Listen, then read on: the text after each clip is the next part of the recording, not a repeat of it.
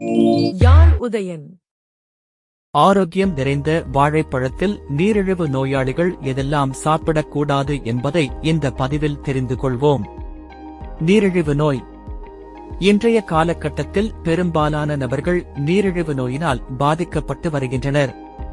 இதற்கு மரபணு, உடல் பருமன் என பல காரணங்களால் இந்நோய் குழந்தைகளுக்கு ஏற்படுகின்றது. இந்நோயை முழுவதுமாக குணப்படுத்துவதற்கு எந்த ஒரு வழிமுறையும் இல்லாத நிலையில் கட்டுப்படுத்துவதற்கு மட்டுமே மருந்துகள் உதவி செய்கின்றது. உணவு பழக்க வழக்கங்கள், போதுமான உடல் உழைப்பு இல்லாத காரணத்தினாலும் ஏற்படுகின்றது.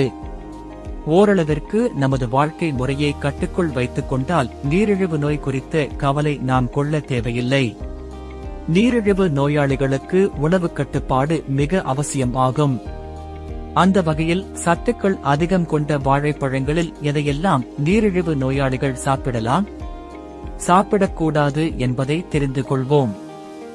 எந்த பழங்கள் சாப்பிடலாம்?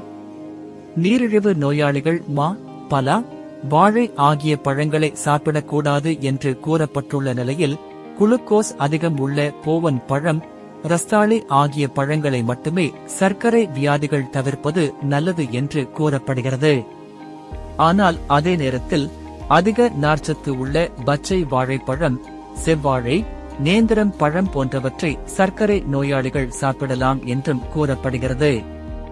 வாழைப்பழத்தில் பொட்டாசியம் அதிகம் உள்ளதால் சிறுநீரக பிரச்சனை உள்ளவர்கள் சாப்பிடுவதை தவிர்க்க வேண்டும்.